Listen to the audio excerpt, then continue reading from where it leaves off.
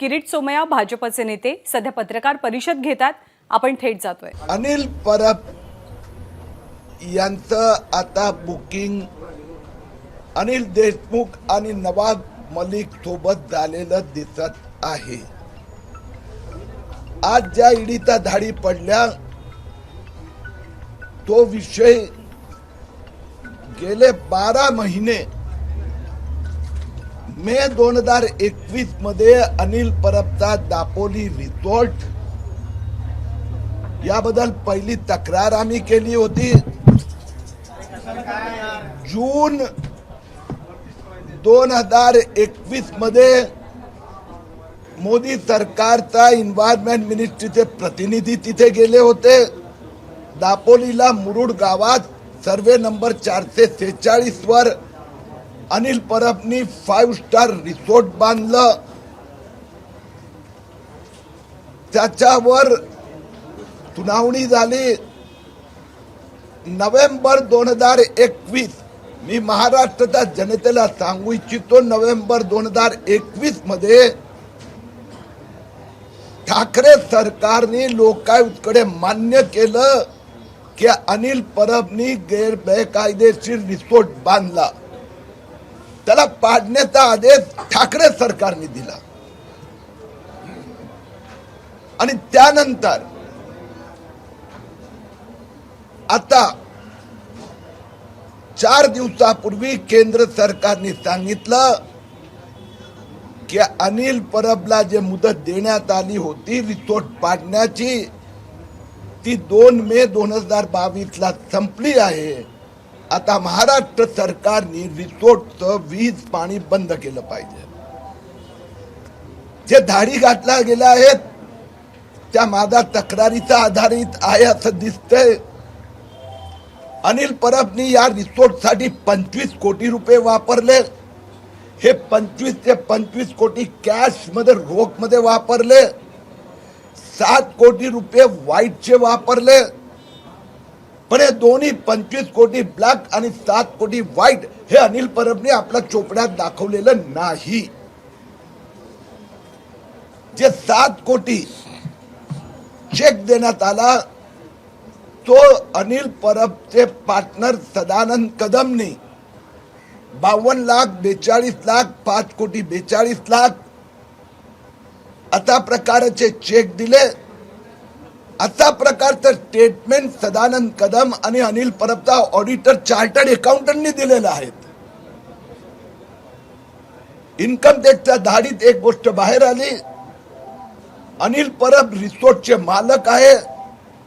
Electric meter Anil परबच्या नावाने आहे। Bill Anil Parab भरत आहे।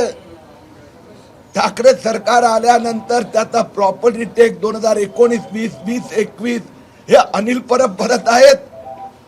परंतु इन्कम टॅक्सच्या धाडीत एक गोष्ट बाहेर आली, 25 कोटीची प्रॉपर्टी माझी असं अनिल परब सांगतात, पण चोपड्यात प्रॉपर्टी दाखवलेली नाही।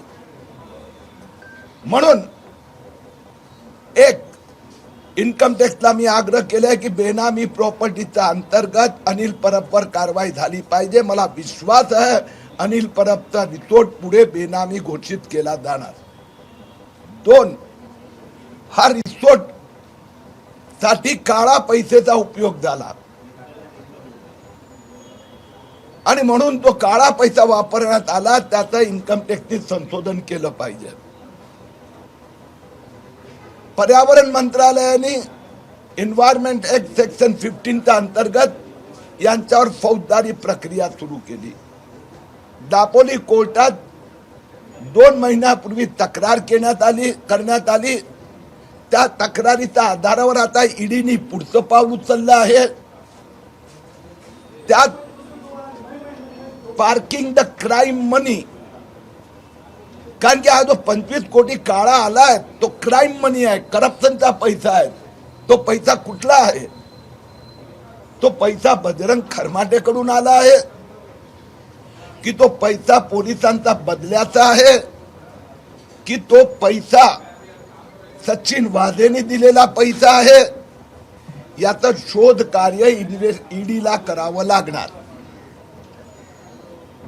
म्हणून एका बाजूला अनिल परबवर त्यांनी चिटिंग केलं 2 मे 2017ला 2 मे 2017ला 1,10,00,000 ही एग्रीकल्चर प्रॉपर्टी म्हणून विभाग साठेकडून अनिल परबनी विकत घेतली.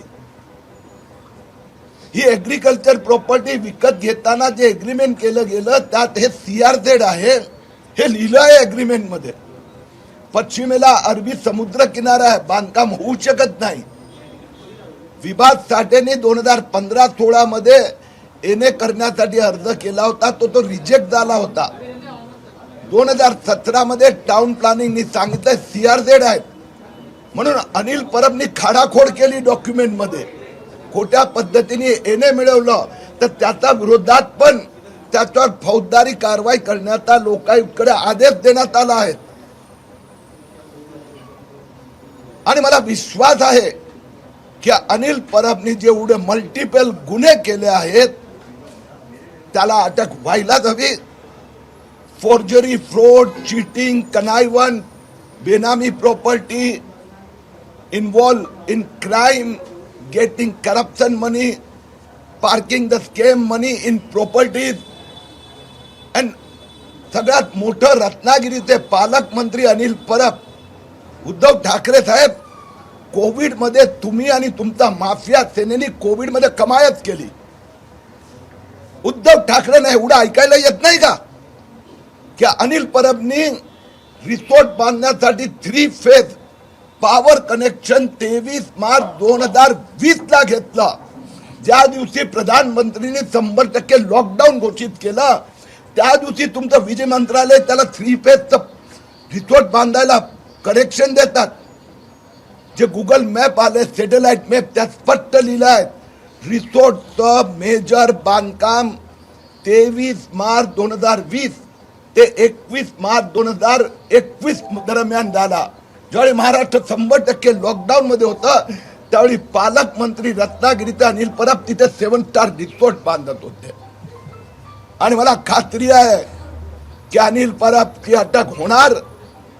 वेगवेगळ्या गुन्ह्याखाली हा डिपार्टमेंट नाही तर तो डिपार्टमेंट नाही तर तो डिपार्टमेंट. मग CBI पासून CBI यासाठी की पोलीस अफरातफरी ट्रान्सफरचा पैसा, NIA यासाठी की सचिन वाझे आणि अनिल परबचे संबंध, लोकल पोलीस यासाठी एने करताना फ्रॉड फोर्जरी केली, महाराष्ट्र पोलीस यासाठी की त्यांनी इलिगली CRZ मध्ये रिसोर्ट बांधलं, आणि एंटी करप्शन यासाठी की करप्शनचा पैसा, आणि ED यासाठी की त्यांनी क्राईम मनीचा वापर केला. असा 6 एजन्सी तर्फे अनिल परबवर फौजदारी प्रक्रिया व्हायला हवी आणि होणार. हिंदी में थोड़ा बता.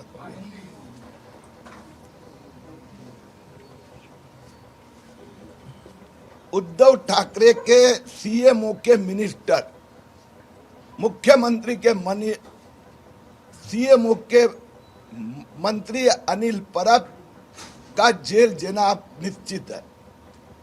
नवाब मलिक अनिल देशमुख के बाद में अनिल परब पर 6 अलग अलग डिपार्टमेंट के द्वारा कानूनी प्रक्रिया कार्रवाई का प्रारंभ हो चुका है.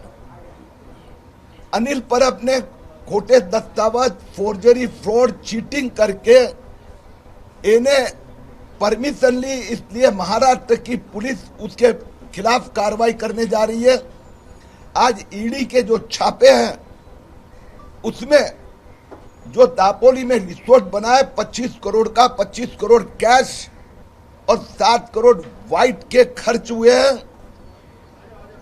वो अनिल परब ने अपने चोपड़े में दिखाया नहीं है.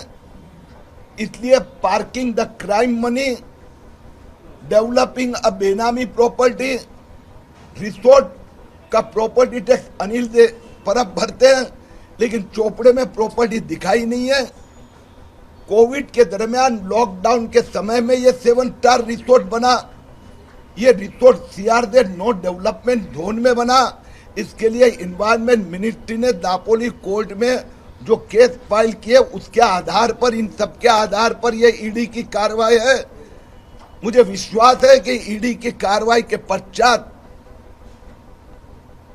सीबीआई से लेकर एनआईए से लेकर local police, anti corruption branch, ये सब भी इस कार्रवाई में जुड़ जाएंगे। लेकिन जिस तरीके से अजीत पवार सहित तमाम सारे लोग ये कह रहे हैं कि एक आदमी यानी आपका नाम नहीं लिया, लेकिन जो कहते हैं वैसे ही 3 दिन बाद कार्रवाई शुरू हो जाती है, क्या वो स्पोक्स पर्सन है क्या? ऐसा है कि अजीत पवार सच बता रहे हैं, लेकिन वो सच के पहले का सत्य आपको पता है, आप भी बताएं। मैं घोटाला जो करने वाला है उसको सबसे पहले पता होता है। अजीत पवार ने जरंडेश्वर 1200 करोड़ का 27,000 किसानों का कारखाना खा गया, वो अजीत पवार को पहले पता था, बाद में किरीट सोमैया को पता चला। अनिल परब ने इस प्रकार से बेनामी प्रॉपर्टी डेवलप की, वो अनिल परब को पता है। वो गुना ढूंढ के निकालकर उसके पीछे कार्रवाई कराने का काम किरीट सोमैया करती है, उसकी महाराष्ट्र की जनता सराहना करती है। यानी घोटाले करने वाले उद्धव ठाकरे, 7 करोड़ की मनी लॉन्ड्रिंग की एंट्री नंदकिशोर चतुर्वेदी से लेने वाला आदित्य ठाकरे, 25 करोड़ का रिसोर्ट गैर कानूनी पद्धति से बांधने वाला अनिल पर आपको पहला पता है। अजीत पवार को पता है कि ये रिसोर्ट बोगस 4 डॉक्यूमेंट किया, नो डेवलपमेंट जोन में बना, इसीलिए ठाकरे सरकार ने इस रिसोर्ट को गिराने का आदेश दिया है। ये अजीत पवार को पता है, लेकिन पता होने के बाद में कार्रवाई नहीं करती है, इसके लिए किरीट सोमैया पीछे पड़ा है। Mr. Kirit Somaiya, one bite in English as well. 7 places have been raided today by the ED. Specific action against Maharashtra Minister Anil Parab. How do you see this? Actually, everybody knows it. Anil Parab bought this land in May 2017 as an agricultural land. In a forged manner, he tried to got permission. In June 2021, when the government of India's Environment Ministry team visited and declared that it is in CRZ, the government of India, the government of Maharashtra has ordered demolition of the same. But during the raids of income tax, and as per my complaint, now ED has entered because crime money has been used to develop this Benami property. The property is Benami. Anil Parab is paying the property tax, but it is not reflected in his books of account. The construction cost is paid by Sadanand Kadam, which his chartered accountant has declared 25 crores spent in cash. So now ED is likely to initiate parking the scam money, using the crime money. Income tax may go further to declare it is a Benami property. Environment Ministry has already filed a criminal case against Anil Parab in the Apoli court last month. So the court will proceed for crime, and using the forged document, the government of Maharashtra had to initiate criminal proceedings against Anil Parab. Okay? Sir, आमच्याकडे सुद्धा भारतीय जनता पार्टीच्या नेत्यांना सबळ पुरावे आहेत आणि आम्हीही त्याला सामोरे जाऊ आणि त्याचबरोबर लोक कुठे जिथून आम्हाला कुठे फोन गेले याचं सुद्धा उत्तर द्या, असं देखील संजय राऊतांनी हे तुम्ही विचारताय ते उद्धव ठाकरे विचारतात? नाही हा प्रश्न कुणाचा आहे? संजय राऊत यांनी केलेले आहे. अच्छा, आता संजय राऊत आता बोलले का? सकाळी बोलले. हा, मग म्हणून त्याला उत्तर देतो की आजच संजय राऊतच्या विरोधात मेदार सोमय्याचा डिफेमेशन कोर्ट केसची हिअरिंग सिवडी कोर्टात झाली. मेदार सोमय्याचं स्टेटमेंट रजिस्टर्ड झाला. संजय राऊतची तो बोलती बंद आहेत. 100 कोटी शौचालय घोटाळ्याचे 100 पैशाचे कागदपत्र देऊ शकले नाही, आणि त्यांनी लिहिलं कंप्लेंट आणि स्टेटमेंट दिलं होतं, आपण सगळ्यांनी दिलं होतं. CRZ व्हायोलेशन केलं. एन्व्हायरमेंट मंत्र्यांनी, पर्यावरण मंत्रालयाने आदित्य ठाकरेला रिपोर्ट दिलाय की याचा काही व्हायोलेशन नाही, याचा काही संबंधच नाहीये. म्हणून संजय राऊत आणि उद्धव ठाकरेंना महाराष्ट्र जनताला लुटायचं, त्यांच्या मंत्र्याचे घोटाळे पकडले गेले की अशा प्रकारचे स्टेटमेंट करण्याची सवय झालेली आहे. महाराष्ट्र लोकांना आता ऐकण्याची सवय झालेली आहे. संजय राऊत इथपर्यंत आहेत. अनिल परब, अनिल देशमुख, नवाब मलिक, स्वतःची 14 कोटीची प्रॉपर्टी, त्यानंतर हायकोर्ट, सुप्रीम कोर्ट आणि ठाकरे सरकारला किती तमाचे मारले आहेत, म्हणून त्यांच्यावर प्रतिक्रिया देण्याची गरजच नाही. सर्वसामान्य माणसाने बांधलं CRZ मध्ये तर गव्हर्नमेंट कारवाई करतं. पण अनिल परब मंत्री आहेत आणि त्यांनी CRZचं व्हायोलेशन केलं, तर तुम्हाला असं वाटतं का की पर्यावरण मंत्री आदित्य ठाकरे पण याच्यात दोषी आहेत आणि इन्व्हॉल्ड आहेत? मी माहिती देऊ इच्छितो. उद्धव ठाकरे, आदित्य ठाकरे, अनिल परब आणि मंत्रालयाचे उच्च अधिकारी यांची बैठक 2021च्या शेवटच्या नोव्हेंबर महिन्यात झाली होती. त्यावेळी त्यांना रिपोर्ट दिला गेला की CRZ नो डेव्हलपमेंट झोन मध्ये आहे, व्हायोलेशन आहेत. नितीन करेंनी लोकायुक्त हिअरिंग मध्ये एफिडेव्हिट फाईल केला की फोर्जरी करून अनेक परमिशन घेतली आहेत. हे तर उद्धव ठाकरे माफिया सेनेचे सरदार आहे. लुटारू का सरदार तो डाकू होता है आणि म्हणून ते त्यांच्या बाकी सरदारला वाचवायचा प्रयत्न करतायत. पण मी तर उद्धव ठाकरेचा पत्नी रश्मी ठाकरेच्या 19 बंगल्याचा घोटाळ्यात उद्धव ठाकरे एक शब्द बोलत नाही. त्या अनिल परबला काय वाचवणार? ओके, शिवसेनेला अडचणीत आणण्यासाठी किंवा महाविकास आघाडीला पाडण्यासाठी अशा प्रकारच्या कारवाया केल्या. अरे यार, तुम्हाला हसायला येणार. तुम्ही प्रश्न विचारतायत ना, तुमचे दर्शक तुमच्यावर हसतात. तर कोणी चोरी केली, लबाडी केली, मनसुख हिरणची हत्या केली, बेकायदा रिसोर्ट कोविडमध्ये बांधला, तर याला शिवसेनेमध्ये अडचणीत आणण्याचा प्रश्न कुठे आला? रिसोर्ट वर प्रॉपर्टी टॅक्स किरीट सोमया नाही भरत, अनिल परब भरतोय. त्याची व्हॅल्युएशन 25 कोटी आहे. 2017 मध्ये त्यांनी घेतला तर शेती जमीन होती ना. त्यांनी 2021 मार्च मध्ये सदानंद कदमचा नावाने ट्रान्सफर केला. तो 1 कोटी मध्ये ऍग्रिकल्चर लँड म्हणून केला. म्हणून लोक हसतात तुमच्यावर म्हणजे जे आता प्रश्न शिवसेनेचे नेते विचारतायत की आता एवढं लूटमार करतात ते माफिया आणि एका पाठोपाठ एक आता जेलमध्ये जायला निघाले आहेत. आनंद सूट 6 महिने हॉस्पिटलमध्ये आहेत. 980 कोटी रुपये सिटी बँकेचे कोणी लुटले? भावना गवणीने 100 कोटीचा घोटाळा केला. तिचा मित्र पार्टनर जेलमध्ये आहे 6 महिने. संजय राऊतची 14.25 कोटीची प्रॉपर्टी जप्त झाली आहे. प्रताप सरनाईकची 35 कोटीची प्रॉपर्टी जप्त झाली आहे. म्हणून शिवसेना म्हणजे माफिया गुंड लुटारूंची सेना. ओके, नेक्स्ट नंबर कोणाचा आहे? अवघड प्रश्न विचारतात. कारण काय झालं, माझ्या माहितीप्रमाणे हसन मुश्रीफच्या संबंधात पण ईडी कडे कंप्लेंट रजिस्टर झालेली आहे. हसन मुश्रीफचे 158 कोटीचं मनी लॉन्ड्रिंग घोटाळ्यावर चौकशी सुरू आहे. हसन मुश्रीफवर इन्कम टॅक्सनी 92 कोटीची बेनामी प्रॉपर्टीची नोटीस दिली आहे. म्हणजे हा एक झाला, एक नंबर नाही, एक. त्यानंतर पाटणकर. तर पाटणकर म्हणजे उद्धव ठाकरे परिवार. उद्धव ठाकरेचा सख्खा साला मेवणा रश्मी ठाकरेचा भाव श्रीधर पाटणकरचे 13 फ्लॅट ईडीने जप्त केले आहेत. त्याचा मनी लॉन्ड्रिंग हवाला ऑपरेटरशी संबंध हे सिद्ध झालेले आहेत. यशवंत जाधव उद्या कंपनी मंत्रालयाकडून आज उद्यामध्ये त्याच्या विरोधात चीटिंग फ्रॉडची केस रजिस्टर्ड होत आहे. यशवंत जाधवनी करोडो रुपये भ्रष्टाचाराचे बिमल अग्रवालचा जो कॉन्ट्रॅक्टर ब्लू आपला कोणतं जॅकेटवाला बुलेट प्रूफ जॅकेटवाला त्याच्यावर पार्टनरशिप करून करोडो रुपये दुबईला मिडल ईस्टला पाठवले आहेत. त्याच्यावर ईडीने ऑलरेडी चौकशी सुरू केलेली आहे. आणि आदित्य ठाकरेंनी नंदकिशोर चतुर्वेदी सोबत 7 कोटी रुपयाचे मनी लॉन्ड्रिंगचा व्यवहार म्हणून या 4 बदलता ऑलरेडी चौकशा सुरू आहे. यशवंत जाधव, श्रीधर पाटणकर, आदित्य ठाकरे आणि चौथा कोण सांगितलं मी? हसन मुश्रीफ. आज चौघांमध्ये पहिला कोण? आता ते तर ज्याची तयारी जास्त झाली असेल तो पहिला यशवंत जाधव असू शकतो.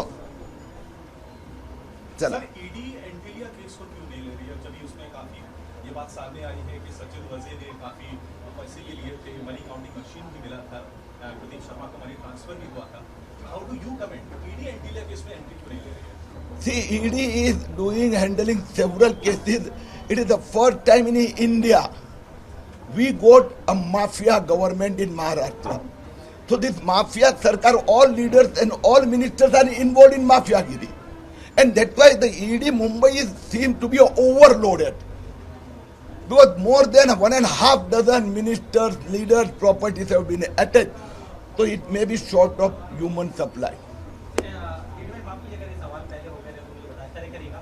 अजीत पवार ने पूछा है एक तरह से कि आपके पास पहले जानकारी कैसे आ जाती रेड पर? अजीत पवार की बीवी ने भेजा या उसके साले ने भेजा? जरंडेश्वर साकर कारखाना 1200 करोड़ 27,000 किसानों का, मेरे पास जानकारी पहली आई या आपके पास, वो अलग बात है।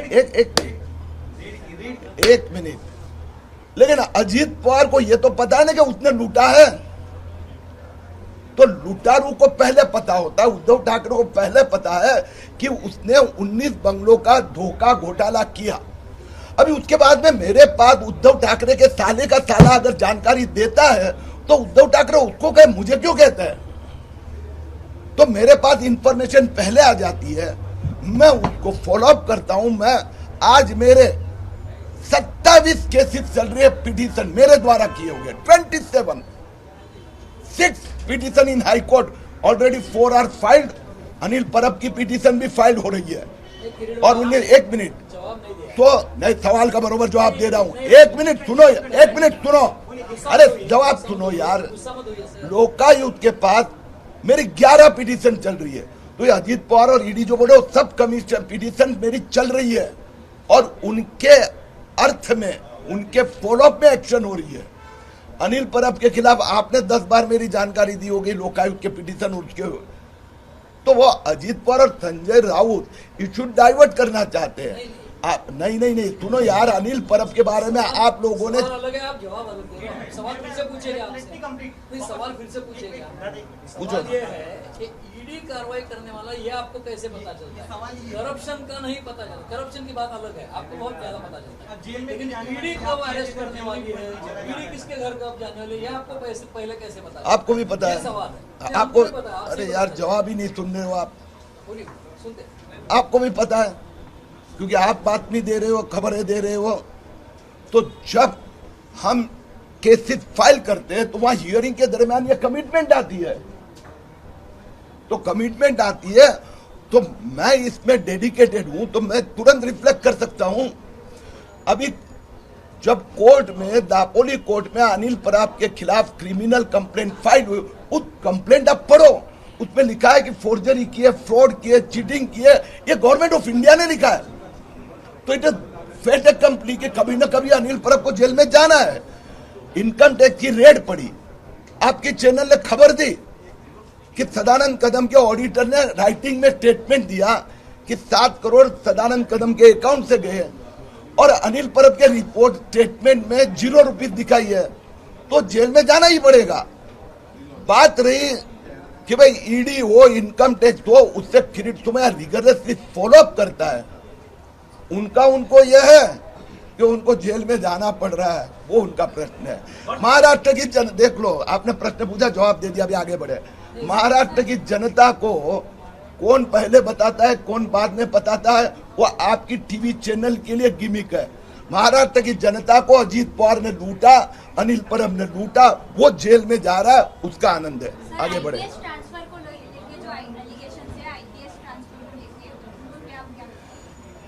अभी अनिल परब का एक बार ईडी के सामने इन्वेस्टिगेशन हो चुका है, तो अभी इन्वेस्टिगेशन के दरमियान क्या क्या चीजें बाहर आती है, कैसे कैसे बाहर आती है, ये तो उसके आधार पर। लेकिन एक बात तो सही है, ट्रांसफर में अनिल परब पैसे लेते थे, बजरंग खरमाटे के पास इतने पैसे मिले, तो मनी ट्रेल, ये सब सामने आ गया है। और इसके लिए कुछ नेता इश्यू को डाइवर्ट करने का प्रयत्न करते हैं कि किरीट सोमैया को पहले पता कैसे चलते। मैं कहता हूँ भैया चुप बैठ, ये कहना कि उसने किया वो गलत है कि नहीं है ना, तो पहले उसको जेल में भेज।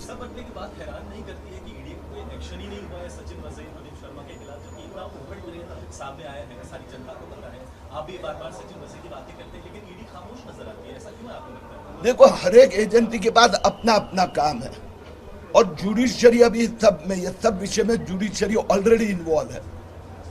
तो किसी को लगता है, तो it's many time it depend upon judiciary कि कौन सा पक्ष ज्यादा इंपॉर्टेंट जुडिशरी को लगता है, उस आधार पर जाता है।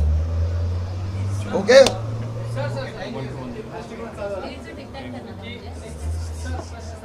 सर्वांच्या अलीकडे जवळपास 7 मालमत्ता आहेत जिथे ईडीचे छापे आहेत. या 7 मालमत्तांच्या अगोदर काय नेमकं तुम्ही प्रकाश टाकता? मी एवढंच सांगणार की रिसोर्टचा विषय मी व्यवस्थित उचलला होता.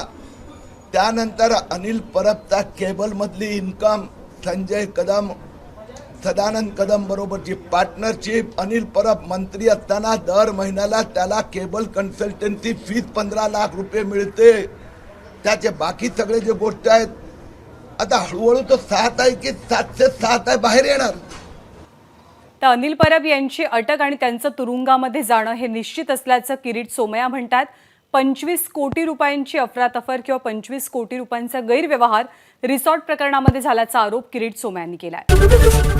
एबीपी माझा, उघडा डोळे बघा नीट.